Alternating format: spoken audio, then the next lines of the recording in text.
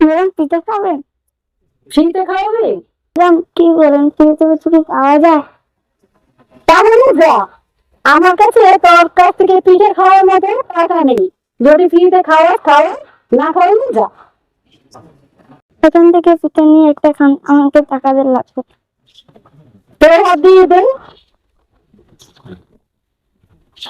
ভেবে দেখ। আমি কিন্তু তোকে টাকা দিতে পারবো না। ফ্রিতে যখন দিবি তাহলে খাও, ঠিক আছে? আচ্ছা ম্যাম, আপনি খান, আমি দেখ। আচ্ছা শোন শোন,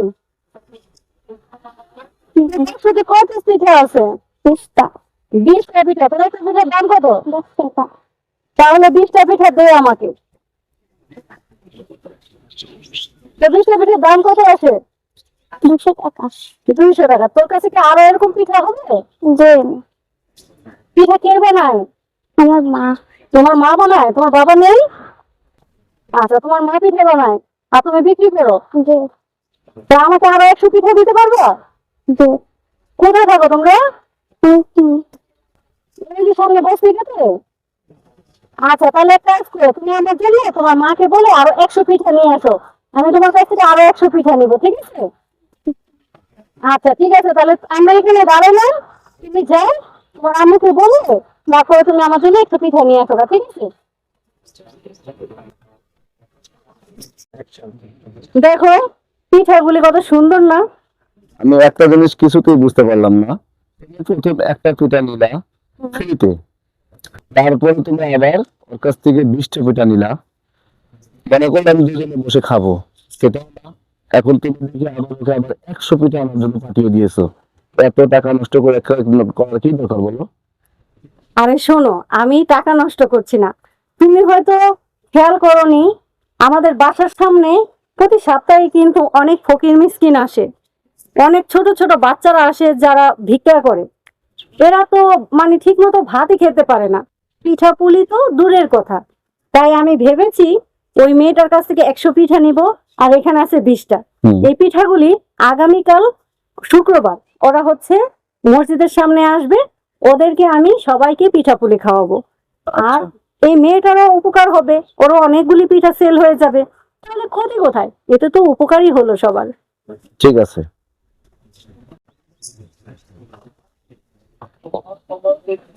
হ্যালো মা, কে আপনি? হ্যাঁ, হসপিটালে? আচ্ছা আচ্ছা, আমি এখনই আসতেছি। চলো মা, হসপিটালে এখন আমাকে এমার্জেন্সি যেতে হবে, চলো। তোমার তুমি এমন করছো কেন? শোনো না মা, হঠাৎ করে অসুস্থ হয়ে গেছে তো, হাসপাতালে নিয়ে গেছে, আমাদের যেতে হবে খুব দ্রুত।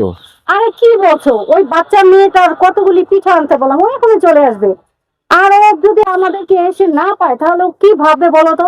তারপর আমরা যদি চলে যাই তাহলে ও কোথায় পাবে আমাদেরকে? আরে কি বলছো তুমি, চলো, ওর বিষয়টা পরে দেখা যাবে। মা অসুস্থ, আগে আমাকে হাসপাতালে যেতে হবে, চলো।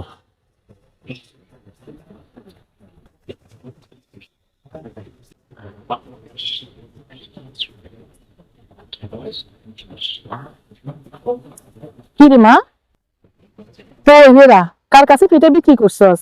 এখানে তো কেউ নাই দেখতেছি, কোথায় গেল ওরা?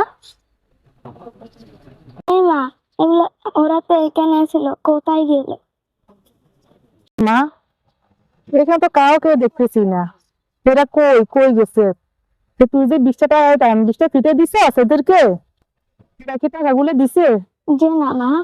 কি রে মা, তুই কি করলি এটা? এই পিঠাগুলো বিক্রি করলি আগের গুলা, ওই টাকাগুলো নিলি না।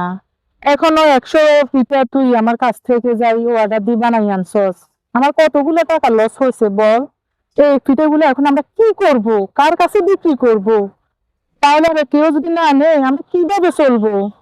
আমাদের কতগুলো টাকা লস হয়েছে বল। কিন্তু কি করলি মা, আমরা তো একদম শান্ত শান্ত হয়ে গেলাম। এখন আমরা কি করবো, কোথায় যাবো, কার কাছে যাবো, আমরা এখন কি করবো, কিভাবে আমরা চলবো? বল না মা, এখন কি করা যায় আমাদের বল। কি ব্যাপার ভাবি, বাচ্চাটারে কেন আপনি বকাবকি করতেছেন?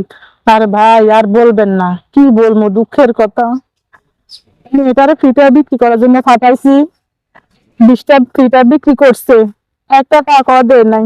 এখন তারপরে আবার 100টা টাকা ফিটা অর্ডার দিয়ে বানাই আনছে। এখন আসি দেখি যে কেউ নাই, ফিটও নেই নাই, মানুষগুলোকে দেখতেছি না, এরা কোথায় জানি চলে গেছে। এখন আমি ফিটাগুলো কি করবো কিছু বুঝতে পারতেছি না। তার কাছে বিক্রি করবো, যদি ফিটাগুলো না বিক্রি করতে পারি আমরা কি খামু? ওর বাবা নেই, ও আমরা খামু যে ও চাকরি করে কিছু টাকা পয়সা আমাদেরকে আনে দিব, আমাদের কিচ্ছু করার নাই। এখন আমি কি করবো, এই মেয়েটার নিয়ে কোথায় যাবো এটাই এখন চিন্তা করতেছি।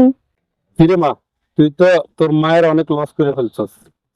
আসলে পৃথিবীতে মানুষকে বিশ্বাস করা নাই। ভাবি টেনশন করেন না, আসলে পৃথিবীতে কিছু মানুষ আছে, ভালো মানুষও আছে এখনো। কি বলেন ভাই এগুলা? কিভাবে মানুষকে বিশ্বাস করব? মানুষকে যদি বিশ্বাস করি নাই তা হয়, তাহলে আমার মেয়ে 20টা ফিটা বিক্রি করছে, একটা টাকাও আমার মেয়েটারে দিয়ে গেল না, তাহলে মানুষকে কিভাবে বিশ্বাস করব এই পৃথিবীতে? তাহলে কিভাবে বুঝবো যে পৃথিবীতে এখনো ভালো মানুষ আছে? এখনো আছে ভালো মানুষ আছে এই পৃথিবীতে। তাহলে শুনেন কি ঘটনা ঘটেছিল। এই যে ভাই, একটু শুনেন তো। কি হয়েছে স্যার, কি সমস্যা? আসলে ওই যে সামনে একটা বস্তি দেখতেছেন না, ওই বস্তিতে একটা মেয়ে থাকে। মেয়েটা পিঠা বিক্রি করে, হ্যাঁ। ওর মা পিঠা বানায় দেয় আর মেয়েটা বিক্রি করে। বাচ্চা মেয়ে, 10-12 বছরের হবে। তো ওই মেয়েটার কাছ থেকে কিছু পিঠা নিয়েছিলাম, কিন্তু ওকে টাকাটা দেওয়া হয় নাই। তো আপনি কি চিনেন মেয়েটাকে? হ্যাঁ ম্যাডাম, আমি তো চিনি ওরে, আমাদের বস্তিতেই থাকে। আপনিও কি ওই বস্তিতেই থাকেন? আমি পাশের বস্তিতে থাকি, পাশের ইয়েতে। আচ্ছা ঠিক আছে, তাহলে এক কাজ করো, টাকাটা ওনার কাছে দিয়ে দিন, তাহলে মনে হয় ভালো হয়। আচ্ছা ঠিক আছে। এই শুনেন কি হয়েছে, কিছুক্ষণ আগে আমি ওই মেয়েটার কাছ থেকে 20টা পিঠা নিয়েছিলাম, ওকে টাকা দেওয়া হয় নাই, এবং ওকে আমি 100 পিঠা অর্ডার দিয়েছিলাম। কিন্তু হঠাৎ করে আমার একটা এমার্জেন্সি কাজ পড়ে গিয়েছে, তাই আমি ওকে টাকাটা দিতে পারি নাই। ওকে টাকাটা কিভাবে দেওয়া যায় একটু বলতে পারেন? সমস্যা নাই ভাই, যদি টাকাটা আমার কাছে দিতে চান তাহলে দিতে পারেন। আমার ঘর পাশাপাশি, যদি ইচ্ছা হয় আপনাদের তাহলে দিতে পারেন। এই এক কাজ করো না, এই ভাইয়ের কাছেই টাকাটা দিয়ে দাও, বুঝতে পারছো? কারণ ভাই শোনেন, এর হচ্ছে মা হঠাৎ করে অসুস্থ হয়ে গেছে, বুঝছেন, হসপিটালে ভর্তি হয়েছে, তাই আমাদের কি ইমার্জেন্সি হসপিটালে যেতে হবে, বুঝতে পারছেন? আপনি এক কাজ করেন, টাকাটা নিয়ে যান, নিয়ে ওই মেয়েটা বা মেয়েটার মার কাছে টাকাটা পৌঁছে দিবেন। এই দাও না, টাকাটা দাও। আচ্ছা ভাই, দিয়ে দিন। ওকে, আমি আমার ঘরের লাগে করতে আমি দিয়ে দিব ওকে। আচ্ছা ঠিক আছে। ওকে ওকে ওকে ঠিক আছে, ভাই, ধন্যবাদ ভাই, আপনি আমার উপকার করলেন। ওকে ভাই, ওকে। আচ্ছা, আসুন।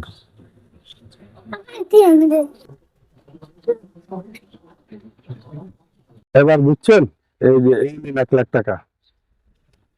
1 লাখ টাকা? সত্যি 1 লাখ টাকা দিছে?